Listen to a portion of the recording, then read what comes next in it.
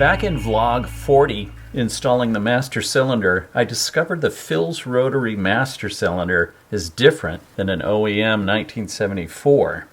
This top line, and this is the tube that won't fit, there's a port coming out of the top. The one coming from Phil's Rotary comes out down here. It makes it about 6 to 10 millimeters too far away. I wanted to show you the line that Coast Clutch and Brake made for me, but you know, we've moved a few times and everything's in a box. Fast forward to today. So this is a new brake line that I had to have made because the old one is too short. The new master cylinder from Phil's Rotary has the front brake line coming out of a different spot than the original equipment. So this longer line will suit this car. I need a tubing bender to make it fit. My wife saw me shopping for the tubing bender. There was like a red one, a gray one. And she says, "Get the Tiffany blue." So here we go. This one looks fancy. It was only like $13.99. It was 14 bucks. So off camera, I am going to fiddle around with this and get used to how it works so I don't go ruining my brand new brake line. So with the front brake line coming out here,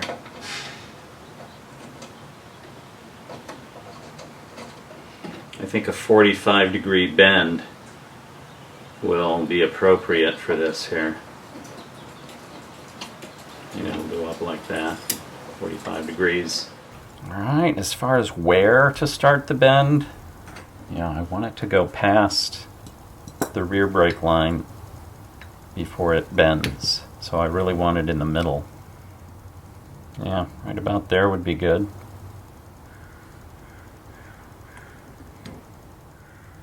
I mean, if you're doing something really precise, you would probably want to mark lines and stuff, but mine doesn't have to be exact. I'm going to go to the 45 here.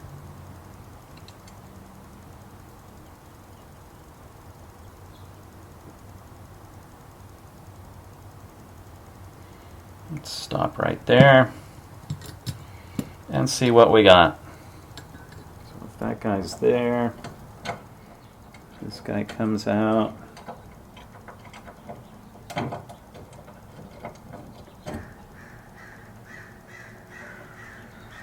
need a little more. A little more than that.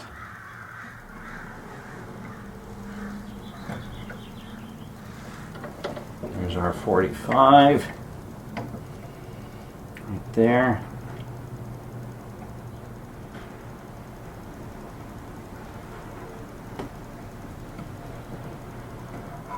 What is that anyway? Out of curiosity. That is, it's 50.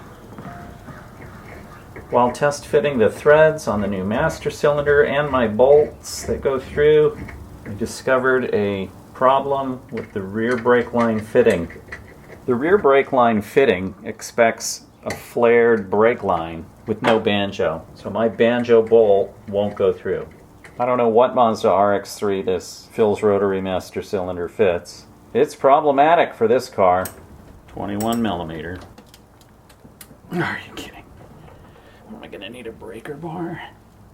There we go. So this fitting on the Phil's Rotary master cylinder wants a flared fitting from the brake line, not a banjo bolt.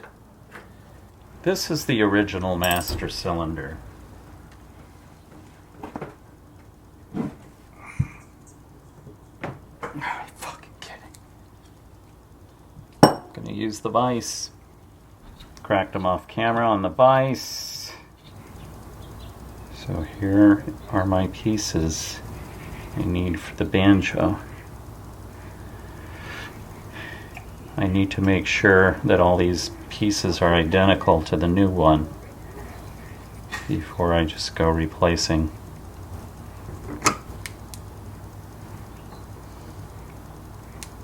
So this old fitting that will accept a banjo and banjo bolt will thread on to the Phil's Rotary master cylinder. So the Phil's Rotary comes with this aluminum washer. It's already crushed. Out of here. I'm going to reuse the copper crush washer that came with the car back in 1970s. There is a hole in this rubber diaphragm. It's purposeful. The one that came from Japan, beautifully round in the middle. Reproduction is like, oh, we gotta make a hole in there. It's not quite straight or in the middle. Not impressed. I'm using the old spring from the 70s, slightly longer, and I'm using the different bolt.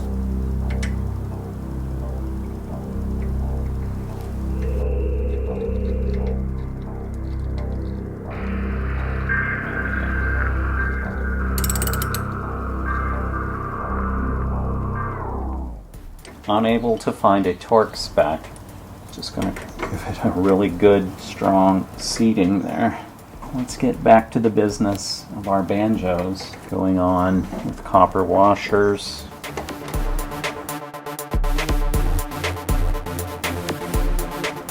Let's go with the new brake line. Goes for the front brakes.